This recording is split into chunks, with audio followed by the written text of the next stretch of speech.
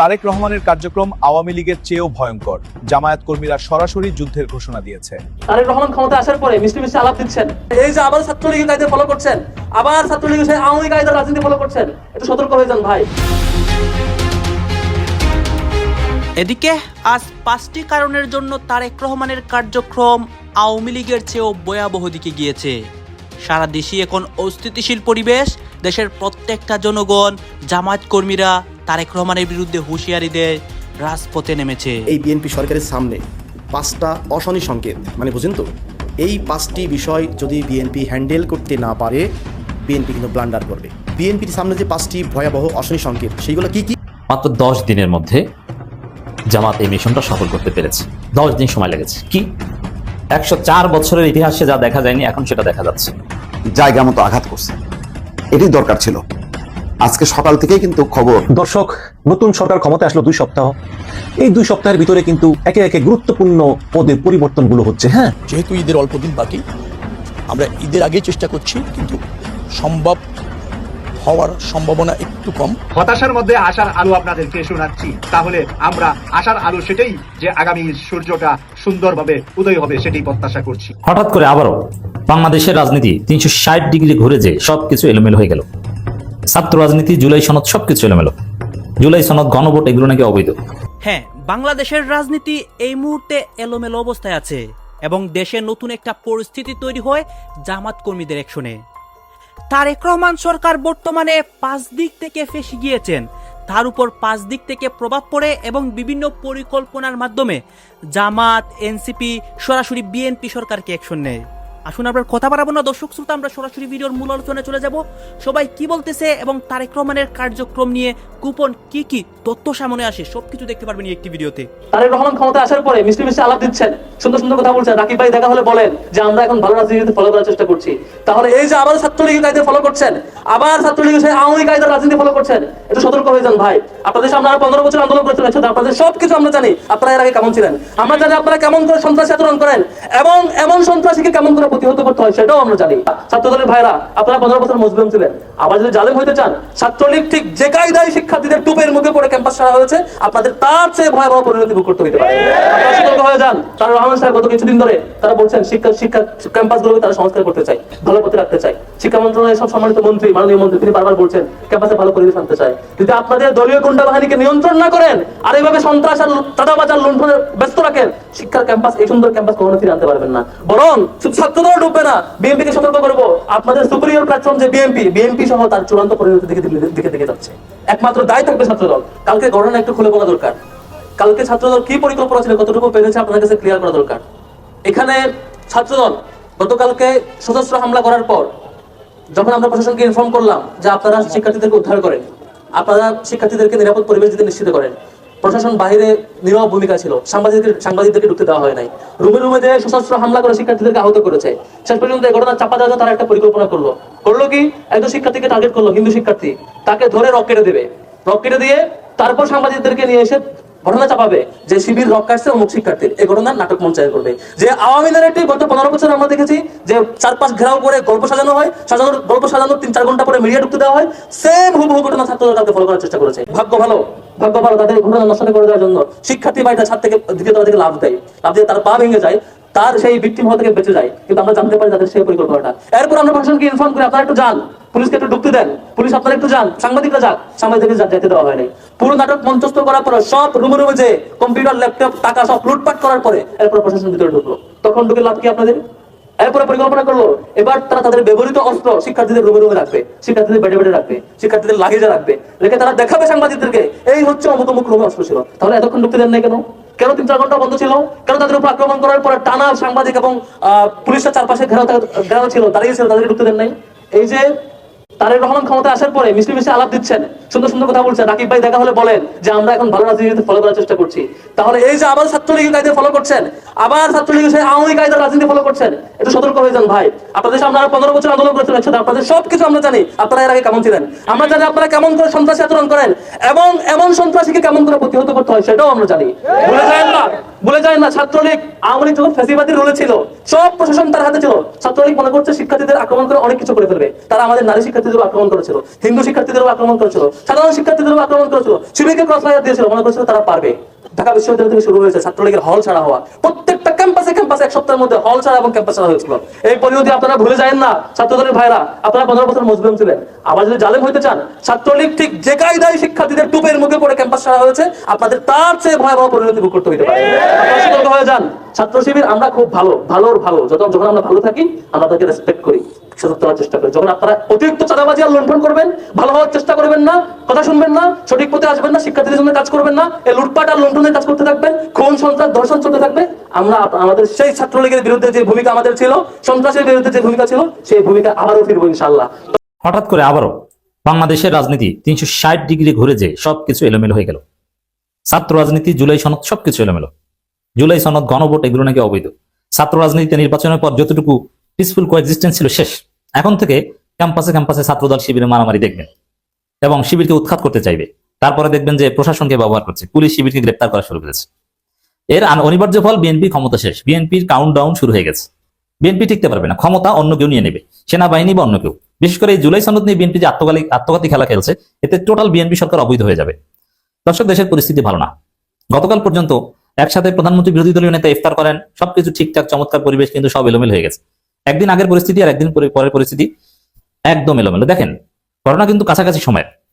যখন ছাত্রদলের সন্ত্রাসীরা হল দখল করতে যায়, ছাত্রাবাস দখল করতে যায় শিবিরকে উৎখাত করে, মানে ছাত্রদল ক্ষমতা এসেছে তাদের হাতে থাকবে।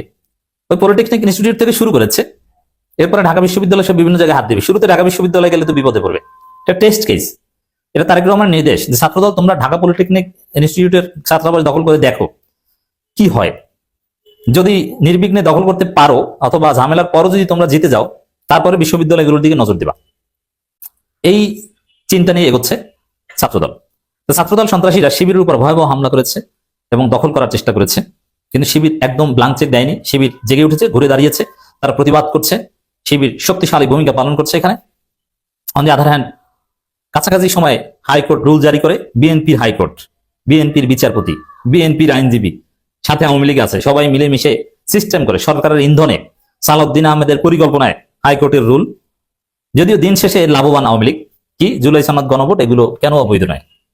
এগুলো সব একই সূত্রে কাজ। তার মানে বাংলাদেশের রাজনীতির যে স্থিতিশীল একটা পরিস্থিতি ছিল, এগুলো সব হারিয়ে গেল, একটা অস্থির পরিস্থিতি দিয়ে গেল। এখন এই পরিস্থিতিতে তারেক রহমান কি করবেন, it depends on him. Tarique Rahman যদি চান যে তিনি ক্ষমতায় থাকবেন, তাহলে এই হাইকোর্টের ফাঁদ বা জুলাই সনদ এগুলো নিয়ে কোনো টালবাহানা করবেন না। কারণ দেখেন, অনিবার্যভাবে শিবির, জামাত, এনসিপি সবাই রাজপথে নামতে বাধ্য হবে। একদিকে ক্যাম্পাসে ছাত্রদলের হামলার বিরুদ্ধে রাজপথে অলরেডি নেমে গেছে, এরপরে দেখবেন যে জুলাই সনদ নিয়ে কোর্টের যে সিদ্ধান্ত, এর বিরুদ্ধে রাজপথে নেমে যাবে। জনগণের সিদ্ধান্ত কখনো, জনগণের স্বতঃস্ফূর্ততা, গণ অভ্যুত্থান কখনো কোর্ট দিয়ে আটকানো যায় না, কোর্ট দিয়ে ব্যাখ্যা করা যায় না। হাসিনা কোটা সমাজ, কোটার রায় অমুক তুমি কিচ্ছু পারেনি কোর্ট দিয়ে আটকাতে। অর্থাৎ কোর্ট দিয়ে এগুলো করা যায় না, জনগণের মতামত, জনগণের রায়কে মানতে হয়।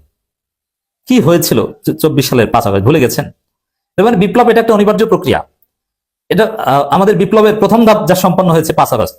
দীর্ঘ 18 মাস ক্ষমতায় থাকা অবস্থায় শুধু নিজের জন্য সুযোগ সুবিধা নিয়েছেন, নিজের বিরুদ্ধে দুর্নীতির মামলা প্রত্যাহার করিয়েছেন ক্ষমতার অপব্যবহার করে, সুদ মওকুফ করেছেন নিজের সব প্রতিষ্ঠানের, ক্ষমতায় বসে নিজের নামে নিয়েছেন বিশ্ববিদ্যালয় রিক্রুটিং এজেন্সির লাইসেন্স। বিদায়ের আগেও নিজের জন্য রাষ্ট্রীয় সুযোগ সুবিধা নিতে ভোলেননি ডক্টর মোহাম্মদ ইউনূস। ত্রয়োদশ জাতীয় সংসদ নির্বাচনের 2 দিন আগে অধ্যাপক মোহাম্মদ ইউনূস নিজেকে 1 বছরের জন্য অতি গুরুত্বপূর্ণ ব্যক্তি ঘোষণা করেছেন। এর ফলে পরবর্তী 1 বছর তিনি বিশেষ নিরাপত্তা বাহিনীর নিরাপত্তা সুবিধা পাবেন। তৎকালীন প্রধান উপদেষ্টার কার্যালয়ের সচিব মোহাম্মদ সাইফুল্লাহ পান্নার সই করা প্রজ্ঞাপনে বলা হয়, সরকার বিশেষ নিরাপত্তা বাহিনী আইনের ক্ষমতা বলে অন্তর্বর্তী সরকারের প্রধান উপদেষ্টা অধ্যাপক মোহাম্মদ ইউনূসকে তার দায়িত্ব হস্তান্তরের তারিখ থেকে 1 বছরের জন্য অতি গুরুত্বপূর্ণ ব্যক্তি হিসেবে ঘোষণা করা হয়েছে।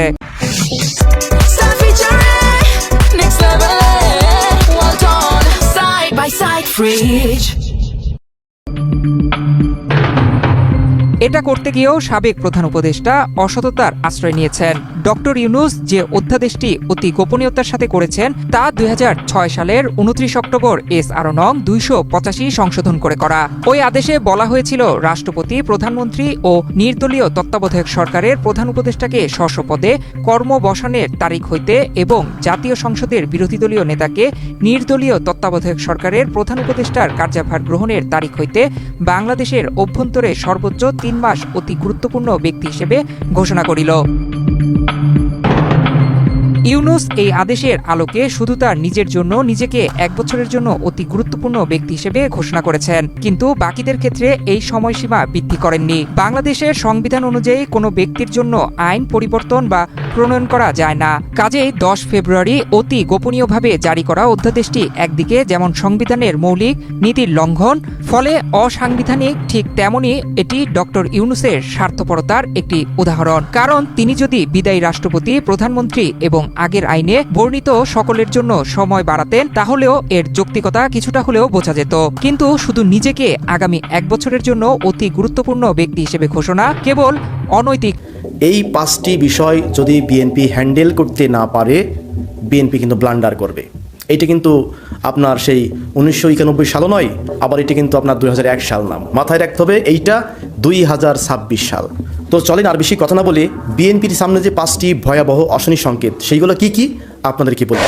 বিএনপির সামনে অশনি সংকেত 1, সেটা কি জানেন? 11 দলীয় জোটকে ঠেকানো বা মোকাবেলা করা। এখন আপনি বলতে পারেন যে ভাই, জামাত শিবির এটা ঠেকানো কোনো ব্যাপার না। আমি কিন্তু এর আগে একটা এপিসোড করছিলাম, সেখানে শিবির যদি ফুল ফর্মে অ্যাকশনে নামে মানে কি কি হতে পারে এটা আপনি কল্পনাও করতে পারবেন না। বর্তমানে তারা অনেক ধৈর্য ধারণ করে আছে এবং তারা সর্বোচ্চ চেষ্টা চালিয়ে যাচ্ছে যে বিরোধী এই সরকারি দলকে, বিশেষ করে বিএনপিকে সহযোগিতা করার জন্য। কিন্তু এইটা কিছু সাপ্রিয়ান নেতা তারা কিন্তু বুঝতেছে না। তারা এই জামাতের বাড়িঘরে, শিবিরের বাড়িঘরে কিন্তু আগুন ধরিয়ে দিচ্ছে। এইটা কিন্তু সবচাইতে বড় ভুল করতেছেন। এই অবস্থা যদি আপনারা চলমান রাখেন, এই যে বিএনপি, এনসিপি এবং বিশেষ করে যে খেলাফত মজলিস অর্থাৎ মামুনুল হকের যে একটা অংশ আছে, এই 3টা শক্তিকে মোকাবেলা কিন্তু আপনি করতে পারবেন না। এইটা বিএনপির জন্য কিন্তু একটা বড় চ্যালেঞ্জ, বা আমরা এটাকে বলতে পারি অশনি সংকেত। এই সংকেতকে বিএনপি কিভাবে মোকাবেলা করবে এটা বিএনপি ভালো জানে এবং এই বিষয়ে তাদের গবেষণা করা দরকার। এরপর 3 নম্বরে যে বিষয়টা বিএনপিকে সামলাতে হবে, এটা কিন্তু খুব কঠিন।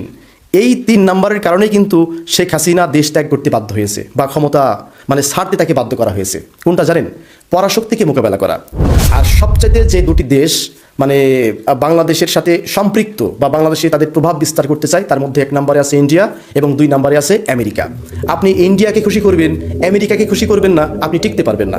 আবার আপনি আমেরিকাকে খুশি করবেন, ইন্ডিয়াকে খুশি করতে পারবেন না, তারপর আপনি টিকতে পারবেন না। অর্থাৎ আপনাকে ব্যালেন্স মুডে চলতে হবে। যদি আপনি ব্যালেন্স মুডে চলতে পারেন, আশা করা যায় বিএনপি সরকার সফল হবে। আর যদি ব্যালেন্স মুডে চলতে না পারে, মানে কোনো একটা দেশের দিকে ঝুঁকে যায়, তাহলে বিএনপি খুব বেশি দিন টিকতে পারবে না। এটা চিরন্তন সত্য কথা। এবং 4 নম্বরে যে বিষয়টা, এই বিষয়টা তো অনেকে ধরতে পারেন নাই। আপনারা হয়তো মনে করতেছেন জামাত জাস্ট বিরোধী দল এবং তারা নামাজ কালাম পড়া মানুষ, হ্যাঁ এদের শক্তি তত নাই। ভোট যেটা চিত্র দেখলাম, জামাত ইসলাম কোনো কথাই বলে নাই, শিবিরকে এত টোকা মারলাম, শিবির কোনো কথাই বলে নাই। ভাই এটার অর্থ হচ্ছে যে তারা এখন বর্তমানে মানে খুব ধৈর্য ধারণ করার চেষ্টা করতেছে এবং তারা মানে এই বাংলাদেশের জন্মলগ্ন থেকে শুরু করে বিভিন্ন জোটের সাথে তারা নির্বাচন করেছে। এইবার তাদের একমাত্র সুযোগ যে তারা দেশের প্রধান বিরোধী দল হতে পেরেছে, এই জন্য তারা কিছু বলতেছে না। কিন্তু আপনি কি জানেন, একটা তথ্য আপনাদেরকে দিয়ে রাখি, এই আপনার হচ্ছে জামাত ইসলাম পুরো ঢাকা শহরকে কন্ট্রোল করে রেখেছে। আপনি বলতে পারেন যে ভাই কেমনি কন্ট্রোল করতেছে, জাস্ট আমি আপনাদেরকে একটা গ্রাফ দেখাই, তাহলে পরে আপনি বুঝতে পারবেন। এরপর যদি আপনাদের কারো মনে হয় যে জামাত শিবিরের বাড়ি হামলা করবো, জামাতকে খেপাবো, আসুক জামাত আমাদের সাথে লাগবে, এটা আপনি করেন। জাস্ট গ্রাফটা আপনি একটু দেখেন। ঢাকা 5 আসন, এখানে জিতেছে কিন্তু জামাতের এমপি। এবং এই জেলাতে আপনার এটা দক্ষিণ অঞ্চলের 40টা গাড়ি যদি প্রবেশ করতে হয়, সেটা ঢাকা 5 আসনের ওভারটেক দিয়ে যেতে হবে। ঢাকা 5 আসন যদি জামাত ব্লক করে দেয়, এইদিকে আপনার দক্ষিণ অঞ্চলের 40টা গাড়ি ঢাকাতে কিন্তু প্রবেশ করতে পারবে না। আপনি যদি মনে করেন যে ঢাকাতে গণজমায়েত করবো, মানে বিএনপি আগে যেটা করছে, জামাত যদি মনে করে আমি করতে দেবো না, আপনি পারবেন না। এখানে মানে ইফ বাট কিচ্ছু নাই, জাস্ট এখানে ফুল স্টপ দেবে। এরপর আরেকটা সমীকরণ দেখেন, ঢাকা 16 আসন, এখানকার এমপিকে জানেন? জামাতের আব্দুল বাতেন। এবং এখানে উত্তরাঞ্চল থেকে, বাংলাদেশের উত্তরাঞ্চল থেকে 18টা গাড়ি এই ঢাকা 16 আসন দিয়ে প্রবেশ করে। এখন ঢাকার 16 আসন যদি ব্লক করে দেওয়া হয় যে এখান থেকে কোনো গাড়ি ঢাকাতে ঢুকতে দেবো না, জামাত যদি মনে করে, একটা গাড়িও ঢুকতে পারবে না, মানে 16টা জেলার প্রবেশ পথ এখানে কিন্তু বন্ধ। বুঝতে পারতেছেন? এরপর 3 নম্বরে দেখেন ঢাকা 4 আসন। ঢাকা 4 আসন এটার হচ্ছে পশ্চিমাঞ্চলের 20টা জেলা ঢাকা 4 আসনের উপরে কিন্তু নির্ভরশীল। এই আসনের 20+ জেলার গাড়ি আপনার ঢাকা 4 আসন দিয়ে কিন্তু ঢাকাতে প্রবেশ করে। বিএনপি যদি জামাত যদি মনে করে বিএনপি কোনো আন্দোলন করবে আর তারা সহজেই ঢাকায় আসবে, বিএনপির কোনো নেতাকর্মীকে ঢাকায় আসতে দেব না। তো দেখলেন এখানে কি কথা হচ্ছে, অনেকেই কিন্তু অনেক কথা বলতেছে, অনেকে আলোচনা করতেছে, অনেকে সমালোচনা করতেছে দেশের বিভিন্ন অবস্থা এবং পরিস্থিতি নিয়ে। বিশেষ করে এখানে আমরা দেখতে পাচ্ছি দেশের রাজনৈতিক প্রেক্ষাপট নিয়ে কথা হয়, আরও অনেক বিষয় নিয়ে কথা হয়। গাইজ, এই বিষয়গুলো দেখে এবং দেশের রাজনীতির প্রেক্ষাপটগুলো নিয়ে আপনাদের মন্তব্য কি? আপনাদের মন্তব্যটা অবশ্যই আপনারা আমাদের কমেন্ট বক্সে লিখে যাবেন। আর হ্যাঁ, তখন আপনাদেরকে আমরা যা কিছু দেখিয়েছি দেশের রাজনীতি সম্পর্কে এবং বিএনপির অনেক কার্যক্রম সম্পর্কে, এগুলো আমরা সোশ্যাল মিডিয়া থেকে সংগ্রহ করেছি। কেন আমাদের নিজস্ব কোনো মন্তব্য নেই বা আমাদের নিজস্ব কোনো সিদ্ধান্ত নেই। সর্বশেষ আপনাদের কাছে আমাদের একটা রিকোয়েস্ট থাকবে, আপনারা আমাদের চ্যানেল নতুন দর্শক হয়তো চ্যানেলটি সাবস্ক্রাইব করবেন এবং পাশে থাকা বেল বাটনটি বাজাবেন যাতে করে নেক্সট ভিডিওটা সবার আগে আপনাদের কাছে পৌঁছে যায়। ধন্যবাদ।